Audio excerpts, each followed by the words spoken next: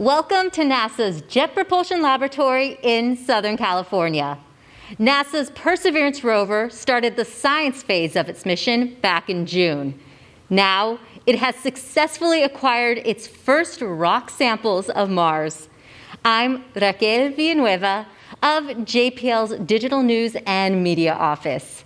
I'll be your host today as we discuss collecting Martian samples that are planned to return to Earth. Those of us here at JPL are all masked in accordance to LA County guidelines here in California. Our speakers today include, from NASA headquarters, Lori Glaze, Director of NASA's Planetary Science Division, and here at JPL, Jessica Samuels, Perseverance Surface Mission Manager, Matt Robinson, Perseverance Strategic Sampling Operations Team Chief, Katie Stack-Morgan, Perseverance Deputy Project Scientist, Yulia Goreva, Perseverance Return Sample Investigation Scientist, and joining us virtually is Meenakshi Wadhwa, Mars Sample Return Principal Scientist. We'll be taking questions during the briefing, so if you're a member of the media on the phone lines, press *1 to be put in the queue. If you're on social media, use the hashtag AskNASA. And I'll now turn it over to Lori Glaze. Thank you, Raquel. I am excited to be here today to talk about just how important it is for us to collect and analyze these first Martian rock samples for return back to Earth.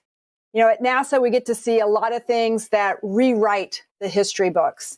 And what occurred September 6th at Jezero Crater is right up there with any of them. I'm happy to say that not one, but that the first 2 samples of another planet are prepped and stowed as the first official candidate samples to be returned to Earth by a future mission. NASA's team leading that next mission, called Mars Sample Return, is thrilled about this achievement and what can be officially declared as the start of the Mars Sample Return Relay. The Mars Sample Return mission is a strategic and bold partnership with the European Space Agency and will be the first sample return mission from another planet. A bit later, I'm excited to hear Dr. Meenakshi Wadhwa detail the significance of bringing those samples back to Earth. One of the reasons we explore Mars is because it holds a rock record that's been untouched for about 3.5 to 4 billion years. And here on Earth, we have plate tectonics. Our planet's crust is broken into large, blocky plates that churn, shift, compress, and expand over and over. And what we see today on Earth's surface is not at all the same as what Earth was like when it first formed. But Mars doesn't have plate tectonics, and so its early history is well preserved in the layers of the rocks on the planet's surface. And Perseverance is playing an incredibly important role in our understanding of Mars and demonstrating key technologies as we take our next steps in exploring the solar system. If I could have my first graphic, please. Just want to emphasize that everything we do builds on what we've learned before. We stand on the shoulders of the giants to be where we are today. From the left here, beginning with Sojourner, our very first foray into roving on Mars in 1996, through the Spirit and Opportunity rovers, through Curiosity, and now Perseverance, and then on to the Mars Ascent vehicle that will begin the journey to bring these samples back to Earth, all feeding forward to the eventual human exploration of Mars. As we head into this amazing future, we know that even though some of its rocks are not, Mars is hard, and there will be trials along the way for both this team and for future missions. But the scientific return is worth every challenge, and we've made unprecedented progress. And now I want to hand things over to Jessica Samuels, who will walk us through what Perseverance has been up to. Thank you, Lori. So we are currently on our 198th sol, or Martian day, in the mission, and happy to report that the vehicle continues to be healthy with all of our systems operating nominally. To give you all a little reminder of where we are in our sol path here, let's look at this first graphic. So to date, the rover has traveled 2.2 kilometers, or about 1.4 miles. And if you follow the path leg south, you can find the location of our first sampling attempt at Rubion. As we continued our leg to the west, we were very pleased to see our enhanced autonomous navigation system performance travel about 560 meters in just over the course of 2 weeks while performing remote sensing along the way. So we are well on our way with a fast traversing vehicle on Mars, making great strides. But let's talk about the sampling. So let's see our next image here. So this is an image of our first sampling location. Our target Rubion is on the right, and you can see this is a paver stone. And while we failed to acquire a solid core at this location, we believed it to be a result of the actual properties of the target. But we also needed to make sure that we didn't have a problem with the sampling system itself. So the engineering team, working with the project science team, sought out to reach a new target, and we nicknamed this target. We found a target which we believed to be less weathered and more robust, and nicknamed the target Rochette. So in this next image, you can see this target Rochette, and you can see the robotic arm placed on that target. Now, prior to sampling, we go through a series of pre-sampling steps.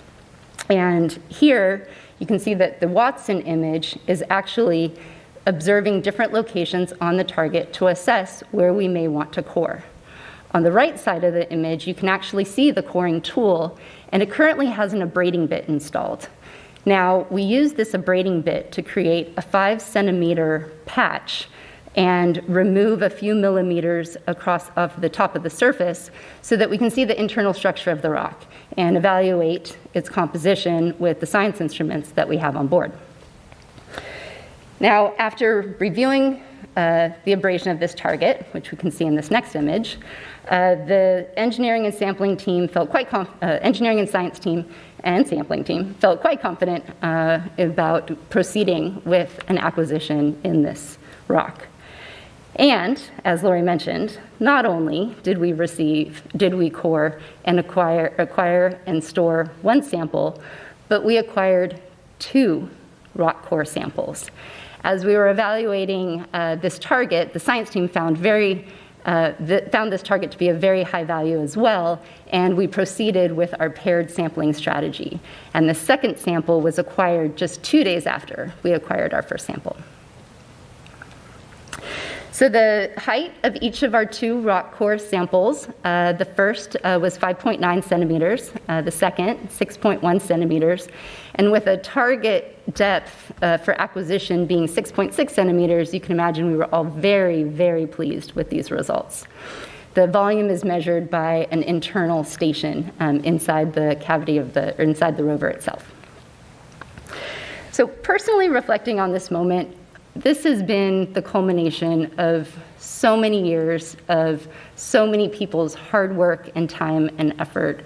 And I know that when I joined this particular project in 2014, I wanted to be a part of this moment, to be able to achieve something that has never, ever been done before. And while it definitely was a very long time waiting, I think all of us can say that it feels fantastic to be able to be up here and share this all with you. But of course, building spacecraft and operating them on Mars does not come without its challenges. But these are the challenges that keep us all going and motivated to do what we do. You know, whether it's building a piece of hardware and finding that it doesn't do what you intended it to do and you need to redesign it during development, or schedule slips because that's just how long it takes to perform the work, or having Mars react to you in a way that you never experienced in your ground test program. These are the challenges that continue to make us better engineers, better scientists, and better teammates.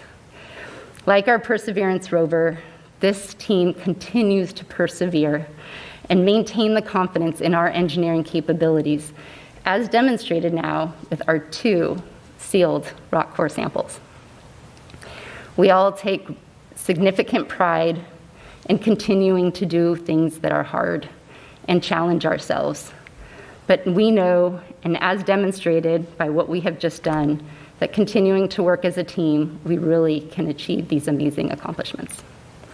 So to tell you a little bit more about how our sampling system works, I'd like to introduce you to Matt Robinson, our Strategic Sampling Science Team Chief. Thank you, Jessica. The sampling and caching system is the most complex mechanism ever flown into space. However, it's the appropriate level of complexity for the job that we've asked it to do. And so far on Mars, it's performed absolutely beautifully. The robotic arm has a coring drill on the end of it. It places and preloads the drill on the rock target. As the coring drill drills into the surface, the sample enters a sample tube. And here's an example from our test program of what the sample tube looks like. Start the video, please. Then the robotic arm retracts from the surface and drops off the drill bit with the now filled sample tube into our sample processing center. There's a sample handling arm which manipulates the sample to take images of the sample, to measure its volume, to seal the sample tube, and then to store it on board for potential future return.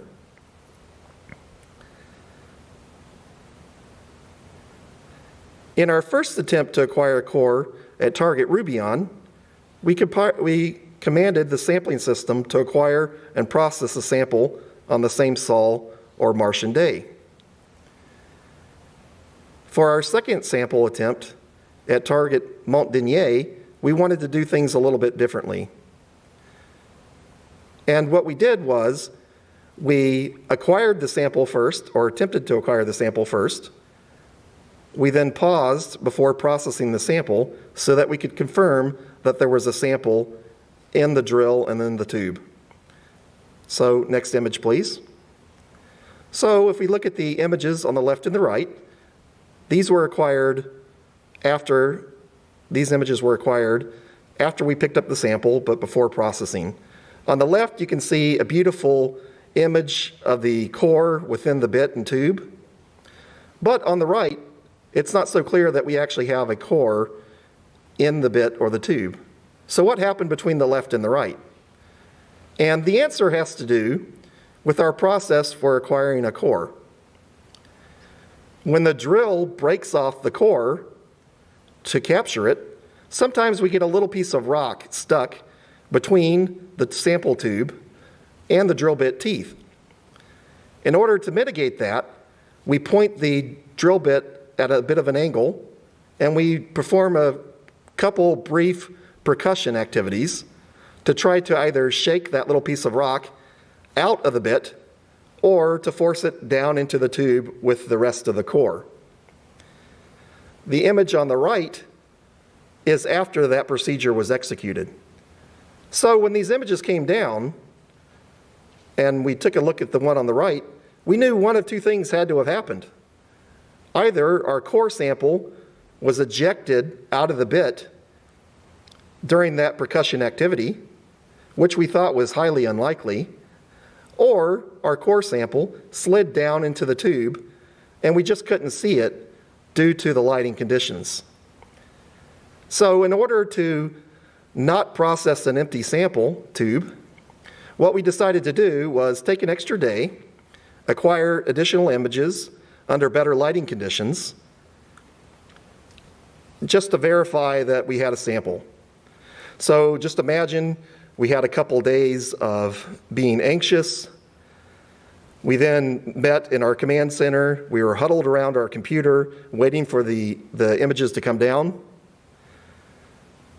And then the next image, please. And then this is what we got. We were rewarded for our patience. So you see an image looking down the drill bit into the tube, and you see a beautiful core there. And at that point, our team was just absolutely ecstatic. I don't have words to say how we felt. Many of us have worked 8 years or more to design, build, and test this system, and this was just the fruition of our efforts. and we were just thrilled that it worked. But our job wasn't quite done. We had to process the sample. So we gave the go-ahead to proceed with processing the sample. Next image, please. So what we see here are a series of images at our vision station within our processing center. And you can see, as we move the tube up into the camera, our sample comes into focus. This is the absolute best view that we have of the bottom of the core. And we're rewarded once again with an absolutely beautiful image. After that was finished, we then had to seal the sample. Next image, please. So this is a before and after of the sealing process where we could see that it was activated. These images were taken again at our vision station. And then finally, we stored the sample on board. Now, the resulting core that we got was roughly 6 centimeters, which is about 2 inches, and it would look probably something like this one. This is a sample from our test program here on Earth. Well, Mont Denier was our first sample acquisition and processing. A couple days later, we processed our second sample at Montagnac on the same rock. But our job's not done. We have an additional 35 sample tubes to acquire samples and to process. So we have a ways to go, but we're excited to have the opportunity and we're thrilled to have the challenge. And with that, I'll pass it on to Katie. Thanks, Matt. On behalf of the Mars 2020 science team, I would like to thank and acknowledge the thousands of engineers and scientists who contributed to this major mission milestone, an important next step in planetary exploration. Since the Apollo astronauts brought back samples from the moon to Earth, scientists have eagerly awaited Mars sample return, knowing that samples from Mars could provide answers to some of the most fundamental and tantalizing questions about the origin of life beyond Earth and the evolution of planets over time. Perseverance's accomplishments this week, including the successful acquisition of its first rock sample, Mont Denier, and its pair, Montagnac, show that we are well on our way to accomplishing Mars sample return. In addition to collecting samples, Perseverance has an important role to play in Mars sample return, providing the geologic context for the samples it collects. Perseverance uses its science payload to build that context, building up the field notes and observations that will enable future scientists to better understand and interpret these samples. Today, I'll share with you what we know about the geologic context of the first samples that Perseverance has collected and why we were confident that this week's sample activities would be successful. So we'll begin with an orbiter's eye view of Jezero Crater in the first image. We can see here the rover's landing site at Octavia E. Butler Landing, shown there in blue, and the rover's current location in green. Since landing, Perseverance has been exploring the rocks of the present-day floor of Jezero Crater. Scientists have long debated whether these rocks are sedimentary, perhaps related to the ancient lake in which the Jezero Delta was formed, or whether they were the result of volcanic activity in the region. Regardless of whether these rocks are sedimentary or volcanic, they've been of interest to the Perseverance team because they include both some of the oldest and amongst the youngest rocks in Jezero Crater.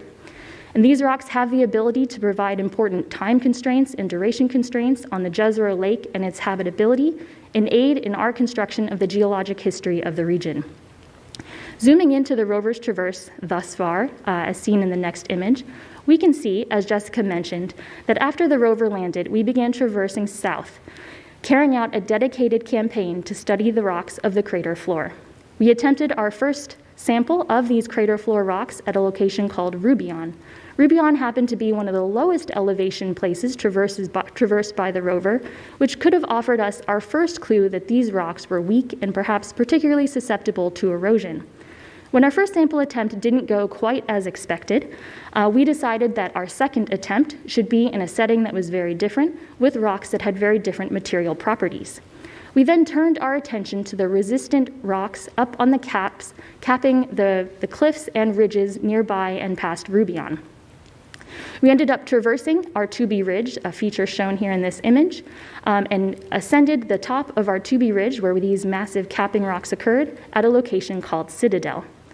When we arrived at Citadel, which we can see in the next image, this is the view that we had. We saw a series of blocks organized into a layer dipping about 5 degrees to the south. Although these rocks have been slightly displaced, they probably haven't moved too far from their original location. We were searching for a strong, hard rock that was big enough for both an abrasion as well as up to 2 drill targets. We found what we were looking for in a rock that we called Rochette, which you can see annotated in the next image. A side-by-side comparison of Rubion, the place of our first sampling attempt, and Rochette, where we successfully cored this week, can be seen in the next image. What we have here is Rubion on the left side, and we can see that this outcrop is low-lying and flat with rounded edges and a rubbly, crumbly surface texture. On the right, we have Rochette. It's standing up from the ground and has hard, angular edges, characteristic of hard rocks as we know them on Earth. And so we were thinking that also, if you look at Rubion, we can see that it is breaking down into pebble-sized grains. In contrast, Rochette is relatively smooth with flutes and grooves on its surface, suggesting that it has survived billions of years of wind erosion. Based on the observations that we have so far, we tentatively interpret Rubion and Rochette as ancient volcanic lava flows. We base this interpretation off of the lack of sedimentary textures, obvious sedimentary textures in the rocks that Perseverance has explored thus far, and in fine-scale textures that Yulia will talk about in a moment. Volcanic rocks are an exciting addition to Perseverance's sample collection because volcanic rocks have the potential to tell us about the interior workings of planets and are particularly good for providing the ages of rocks. An interesting thing about these rocks as well is that they show signs for sustained interaction with groundwater. If these rocks experienced water for long periods of time, there may be habitable niches within these rocks that could have supported ancient microbial life. Because these rocks were of such high scientific potential, we decided to acquire 2 samples here at Rochette. The Mars 2020 science team has a plan to acquire and to place down 1 or more sample caches. And so to ensure that each of these sample caches are as complete as they can be, we have a strategy to acquire two samples at each of our highest priority sampling locations. To tell us more about these rocks, what they're made of, what they look like up close, and what that means geologically, I'll now pass it off to our return sample science mission scientist, Yulia Goreva. Thank you, Katie. Well, the first slide, as Katie showed, compares 2 drilled boulders. And visually, the rocks indeed on the left seems crumbly, and the second on the right is high-standing, much more solid with sharp angular edges. As both Jessica and Katie mentioned, we use Rover's drill to abrade the rock and expose the fresh and dust-free interior of it. Just like geologists in the field, when we want to see the interior of the rock, we take a hammer, we smack it down, open it up, and see this fresh surface. So we use these abrasion patches, and next slide, please. These abraded patches to, as this freshly exposed surface, to look at the texture and chemistry of the rock using our onboard instruments. The next slide is a natural color close-up of a part of Bellegarde that is our the most recent abraded patch made by SuperCam instrument.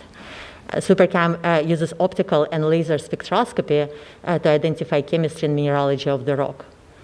The image of Bellegarde here shows that the rock consists of several mineral phases. You can see them by color. They are light, white, dark, grayish, and somewhat rusty color.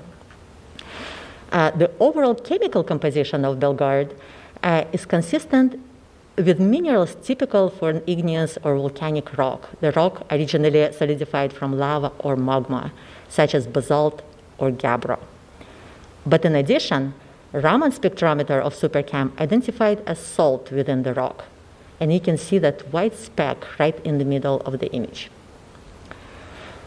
Further imaging by Sherlock instrument, you can see in the next slide, that instrument is placed within only a few centimeters from the rock surface. And it gives us even more detail. You now can see individual crystals, and some of them are angular or elongated, we call them tabular, and not rounded as you would expect in sedimentary rock. That observation further supports the hypothesis of the rock's igneous or volcanic origin. So let's zoom even closer.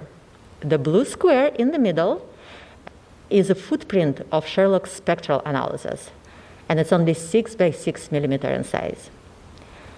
The next slide shows that footprint. You really can see individual crystals here.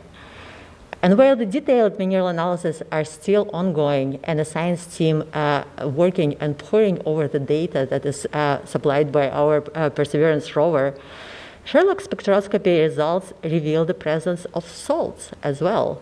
Salts such as calcium sulfate. Those are yellow dots in the image. The calcium sulfate is something like gypsum or relative to gypsum. And a calcium phosphate. Those are the blue dots. Now, next instrument, Pixel, identified over 20 elements in Bellegarde. The maps, like you see on the slide, same size as the Sherlock's map, show the chemical composition of each individual mineral grain from which mineral, actually real mineral, can be inferred.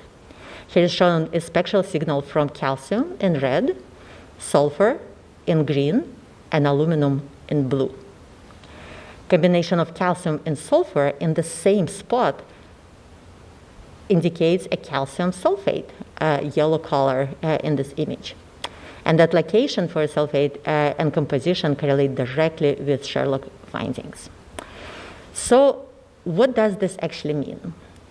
What it means that we have collected a rock from the floor of the geyser crater that is igneous or volcanic in origin, and it has salts within it. The presence of salts indicate that this rock was subject to water. The water percolated through the rock, and as it percolated and evaporated afterwards, it's left behind the salty residue. And why the science team is excited about that is because this rock, once returned to Earth, once returned to state-of-the-art laboratories, it can be really interrogated for its chemistry, for its mineralogy, for its age. And salts within it, we can look at the composition and look for tiny inclusions, such as tiny inclusions of liquid bubbles or bubble fluids inside of salts. That would actually give us a glimpse of the geyser crater at the time when it was wet and was able to sustain an ancient Martian life. And with that, back to Minnie, or forward to Minnie. Great. Thank you, Yulia. So I know you've heard this from others on the panel today, but I cannot overstate the significance of these rock samples that were collected by Perseverance. This is a truly historic achievement. You know, the very first rock cores collected on another terrestrial planet. It's amazing.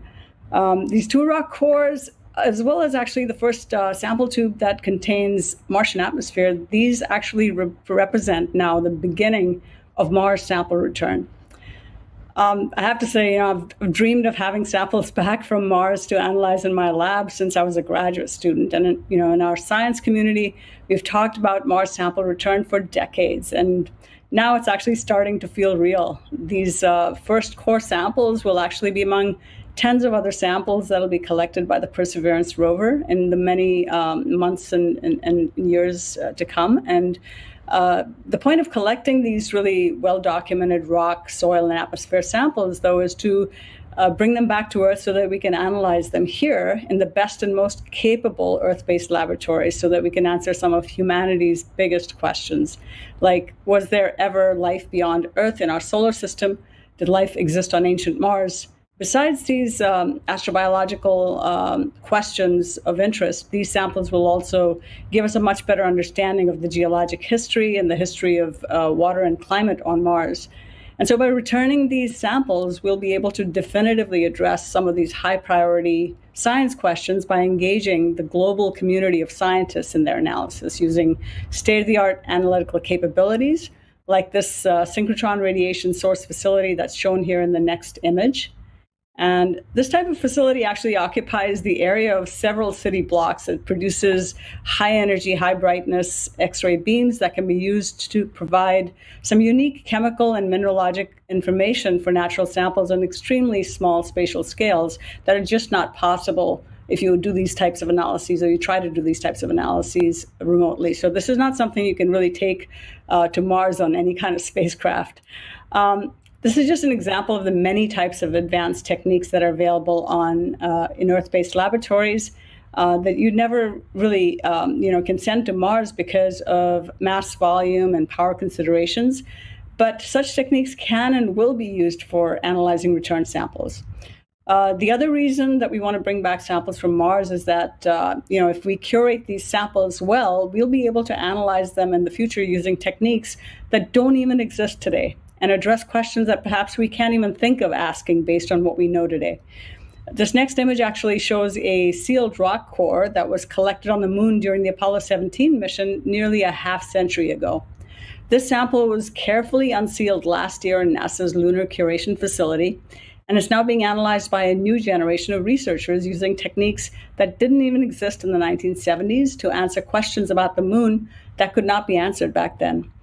For example, is there water in the interior of the moon? And if so, how much? So it's really amazing, in fact, how much we can continue to learn about the moon and about the Earth-Moon system and about our solar system from analyzing these lunar rocks that were collected nearly 50 years ago. So the samples that we bring back from Mars will also enable incredible discoveries for decades to come. So the next animation actually illustrates that the samples collected by Perseverance represent the first phase of the MSR campaign, or the Mars Sample Return Campaign. The next phase will involve collecting these samples and launching them into orbit around Mars.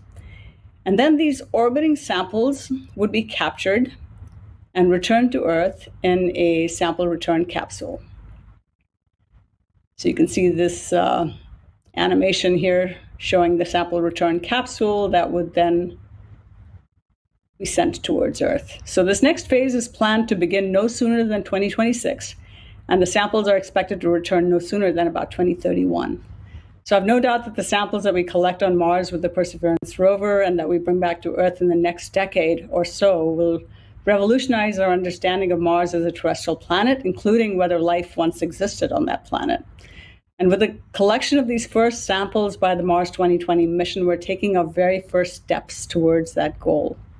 For myself, I can say that I can't wait to analyze these samples in my lab at Arizona State University, and I know many scientists around the world are eagerly waiting for these samples too. So the fun is just beginning, and stay tuned. So back to you, Raquel. Thanks, Meenakshi. We'll now move into Q&A. Now, remember, if you're a member of the media on the phone line, you can press *1 to get into the queue. And if you're on social media, you can use the hashtag AskNASA for any questions. Now, on the phone lines, we have Paul Brinkman from UPI. Hi, thanks very much. This might be jumping ahead a little bit, but in terms of the next steps for the mission, can you explain how and when you will decide to deposit samples on the surface? And is there any specific number of samples that you intend to collect before that first drop? Or will that be more dependent on the location of the rover? And I'm not sure who is the right person to direct that to, so whoever wants to. Yeah, I can take that one. Yeah, so for the prime mission of Perseverance, we plan to continue exploring Jezero Crater. That prime mission is 1 Mars year, about 2 Earth years, and the qualified lifetime of the rover is about 1.5 Mars years. So we plan to explore Jezero for that period of time. I think around that time, we may be in a position to deposit our first cache of samples in Jezero. And so that's about the time frame that we're looking for. And we have a ways to go, of course, before we do that. And when that time comes, we'll make decisions based on what the sample collection is in the rover at the time, what we'd like to put down in that first cache, and perhaps which samples we'd like to continue carrying with us. Great, thank you, Katie. And next on the line is Mike Wall from space.com.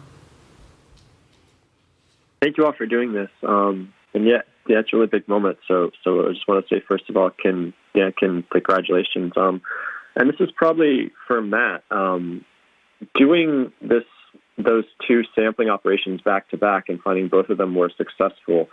Do you feel like, I know it's a small sample size, if you'll pardon the pun, but do you feel like you really have it down now, or do you need to do some more tweaking to really understand this process? Could you just give us an update on where the sampling team stands about how the process is sort of going and what further tweaks need to be made? Thanks. And that's a great question. One thing this is actually my third sampling mission, and one thing that I've learned is that Mars always can throw you curveballs.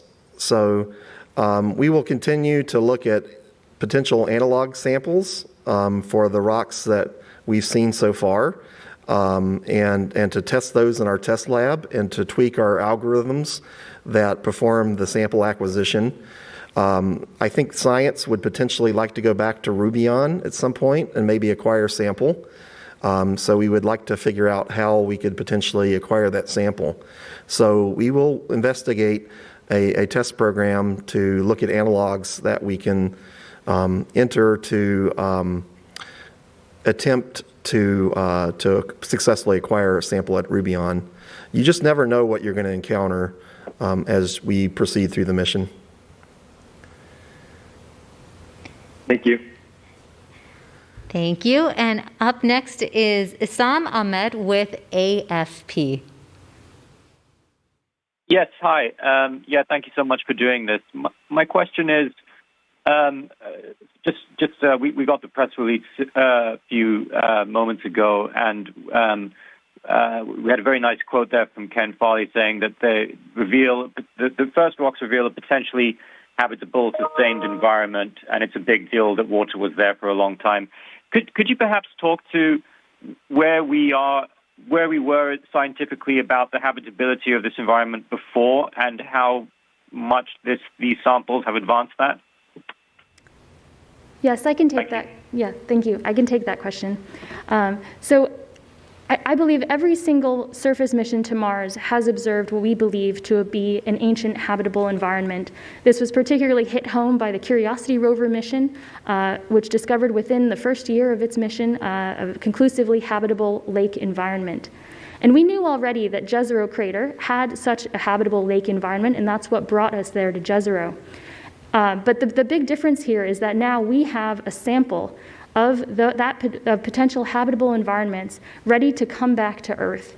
And the mineral diversity of this sample that Yulia talked about, the presence of salts in these rocks. Salts are great minerals for preserving signs of ancient life here on Earth, and we expect the same may be true for rocks on Mars. And so the major advances, I think, are still to come when we get those samples back to Earth and can look into that rock sample, whether it's Mondenier or Montagnac, and look for those signs of ancient life in some of these what may be habitable areas within these rock samples. Thank you. Great, thank you. We now have some social media questions. For Loop on YouTube asks, how did you prevent acquired samples from cross-contaminating, considering the same bit is used to drill all of them? Jessica, Matt, would you like to take it? Either way.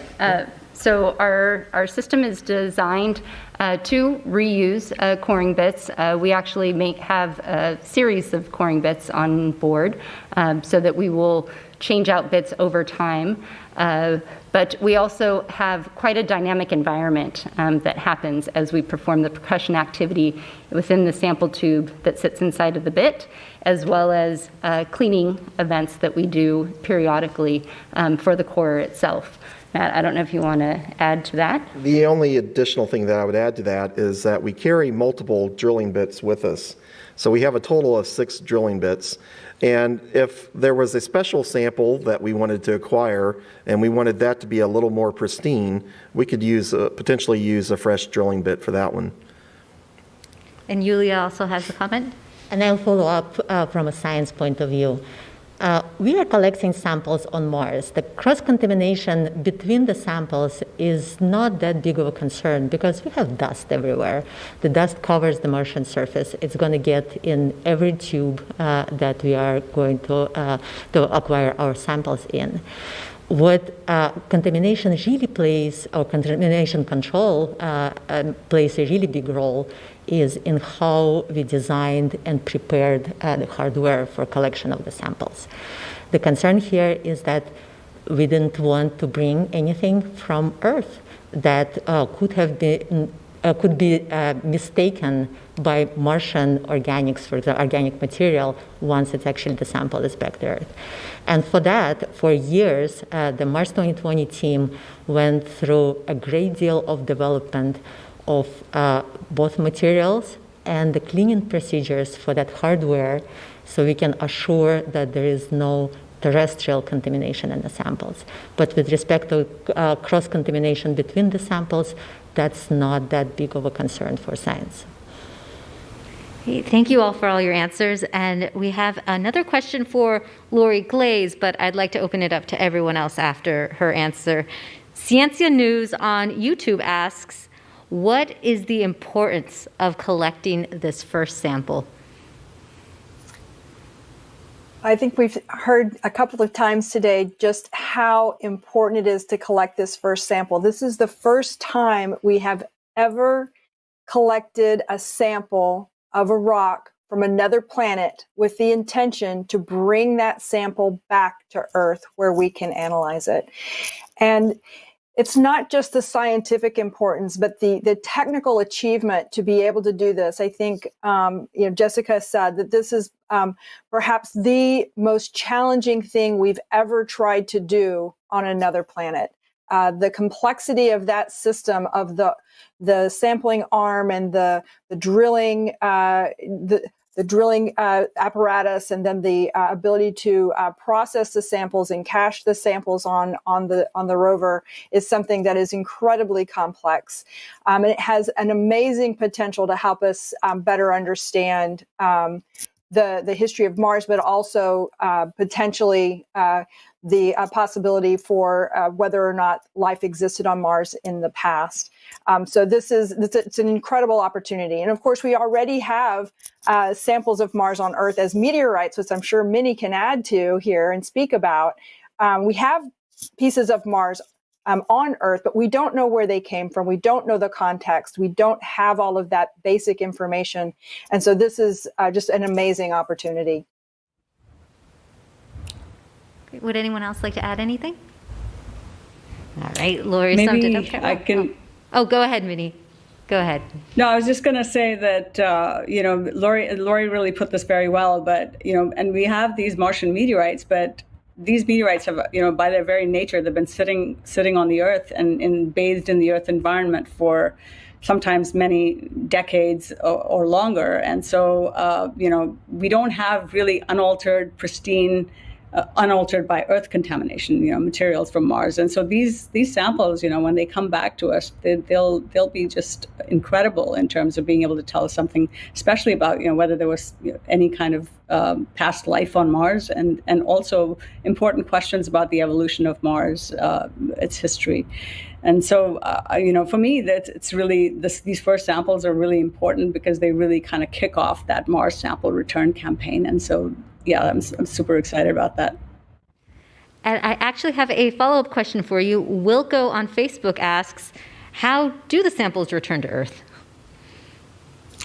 Yeah, so that the Mars Sample Return Program is currently in its concept and development and technology development phase, and so we're in phase A right now, and we're really planning. What we're planning to do is to launch a couple of missions. One will be a sample retrieval lander, which will actually pick up the samples that'll be collected by the Perseverance rover and bring them into Mars orbit.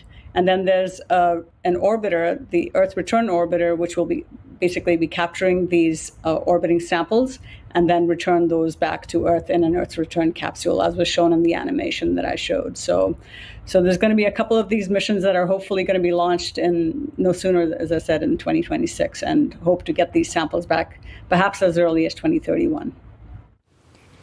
Great, thank you. And up next on the phone lines is Marcia Smith from Space Policy Online. Thanks so much. I had two questions for Lori, and one has to do with what Minnie was just talking about in terms of the schedule for getting this done. Does NASA have all the money it needs in its budget runout to support a launch in 2026? And when are you going to decide if it's going to be 2026 or 2028? And then a very different kind of question is, what do you do with these scientific results as part of NASA's plan to send humans to Mars someday? If you find that these areas are habitable, does that mean that you're not going to send astronauts there because you don't want to contaminate the area, or you will send astronauts there because that's exactly what you want them to study? Marcia, those are two great questions. I'll start with the first one. So as Minnie said, we are in the phase A of the development right now, the concept development. We are extremely pleased with the budget request that the president put forward for fiscal year 2022 and beyond. And I think we are in a really good place right at this moment with what the funding that we have. Of course, as part of phase A, we are exploring a bunch of different trades and trying to best understand how we can execute this mission. So I think we're where we should be right now. As far as the human exploration question, I think the human desire to put humans on Mars is very strong. That exploration drive that we have. I really believe that we are going to do that one way or another. And once we better understand the environment on Mars and better understand whether or not there was potentially life there in the past, will help us design where we want to go and how we want to go. But I think it's definitely going to happen. Great, thank you. And up next is Leo Enright with Irish Television. Thanks very much, Raquel. This is for Katie. Katie, you were talking about the high scientific potential of this sample, and I'm assuming the fact that you're now talking about perhaps going back to Rubion means those words were chosen quite deliberately. Can you be a bit more specific about why you're excited by this sample? In particular, does this unequivocally say that the lava flow predates the delta itself, and the fact that the lava does have these salts in it, is that what is getting you excited? Yes, thanks for that question. So first of all, we're excited about these rocks, whether it was Rubion or Rochette, because volcanic rocks have the potential to provide age constraints on the Jezero Delta. And there have been different models for what the age and relative age of the crater floor rocks are with respect to the delta. But I think the current prevailing idea is that these rocks of the crater floor perhaps are just older than the delta. So if we were able to get an age for these crater floor rocks that we've just collected, we would be able to put no older than date on the timing of the Jezero Lake. And that would be an incredibly important thing to understand, especially if we go forward in the mission and as we search for signs of ancient life in those delta rocks. We also mentioned, and Yulia talked about, and I'll pass it to her in a moment, our excitement about the mineral diversity of both the Rochette samples as well as Rubion. And Rubion was an interesting rock because the thing that makes it most interesting might have also made it one of the things that was made it difficult to acquire and to core. And so at Rubion, we had a lot of salts there, and Yulia talked about the significance of that. And so I'll pass it to her to talk a little bit more about why we were particularly excited about Rubion and the extent of alteration that rock saw, but why we also think that Rochette is an important sample to have in our sample collection. Well, Katie, you pretty much answered the question, but the importance is that the rocks in general, Rubion and Rochette, are very similar, if not the same. But they did experience different degrees of the aqueous alteration or different degree of exposure to water. Rubion has much more salts that we observed with our Rover instruments, and much more alteration, which is changing the minerals within the rock, within the volcanic rock, with exposure to water. And as such, that rock has even bigger potential to deliver the sample that is full of those salts that may have the inclusions of liquid water within them that we actually can look at and learn about the wet time in the Jezero history. And at the same time, it is still an igneous or a volcanic rock and potentially provides information of age, especially in combination with the field observations that Katie was talking about. We don't take just the rock and learn about its chemistry. This is a rock in a context. So we look at the relationship between different units, which one is older, which one is younger, how they relate to each other. And these are all field notes and observations that we are taking as we are on the surface of Mars. And the sample is to test that hypothesis and to provide the data once it's back on Earth. Great, thank you. And up next on the phone lines is Ken Kremer with Space Up Close. Hi, thank you for doing this, and congratulations on the core sample. My question, I think, is for Katie Stack-Morgan, but for anyone else, too. Can you talk a little bit about the future route that the rover is going to take? And when do you think you will get to the stromatolite region, which was your main target, and where that is located? Thanks. Yes, great question. So we are just planning today a drive away from the Citadel region where we acquired these two core samples. And we'll be heading into a region that we call Seta. And we think what really is exciting to us about this area are two main things: the potential that this area has fine-grained sedimentary rocks, and we see layering that suggests that that could be true. We also see in this area a very distinct olivine signal in the orbital spectroscopy data. And there are only very specific types of rocks that we have here on Earth that have such olivine signals and olivine-bearing signals, and so we're excited to check out those rocks, which also may be amongst the oldest that we have exposed in the crater. After we go to South Seta and do what we hope to be sample collection there, we'll then go around that outcrop, that big area exposure, and head straight to the delta. And we will begin our exploration of the delta. And you mentioned stromatolites. So now we don't know for sure that there are stromatolites or ancient fossilized microbial mats here in Jezero, although it would be certainly fantastic if we were to find something that we thought could be that. The Jezero Delta itself, particularly the lower layers that we think were deposited in a very quiet, calm lake environment, are a great place to look for potential ancient biosignatures. And so we will have the opportunity to explore that once we get to the Delta. And you might also have been referring to what we've been calling the marginal carbonate unit within Jezero. And these are the deposits around the inner rim of the crater. And carbonate minerals here on Earth are also great preservers of ancient biosignatures, and many stromatolite examples are found in carbonate-bearing rocks. And so after we explore the delta, we'll likely move on to the marginal carbonates, and that will probably be around the time of the end of our exploration of Jezero crater, and perhaps beyond that, we'll be able to think beyond the crater. Thank you.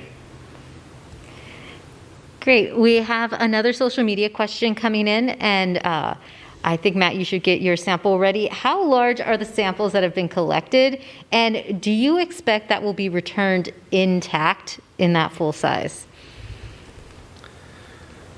So this is a core sample from our test program and our test bed on Earth as we were developing our sampling system. It's roughly 2 to 2 1/3 inches long. All the core samples aren't going to look quite as intact as this one. They may break up into little chips, but this is representative of a particular rock sample. But even if it breaks up into little chips, it's still a very scientifically valuable sample, and they can still do a whole lot with it, and it's still very interesting. So you wouldn't expect all the core samples basically to look quite like this as one solid piece. But we do expect them to be about the same length of roughly about 2 inches or so. Thank you. And that is all the time we have for questions today. I'd like to thank all our panelists for joining us. And for more information on the mission, visit nasa.gov/perseverance and mars.nasa.gov/perseverance. You can also check out the latest raw images being taken by the rover at go.nasa.gov/perseverance-raw-images. And don't forget to follow us on social media at NASA Persevere. Thanks for joining us today.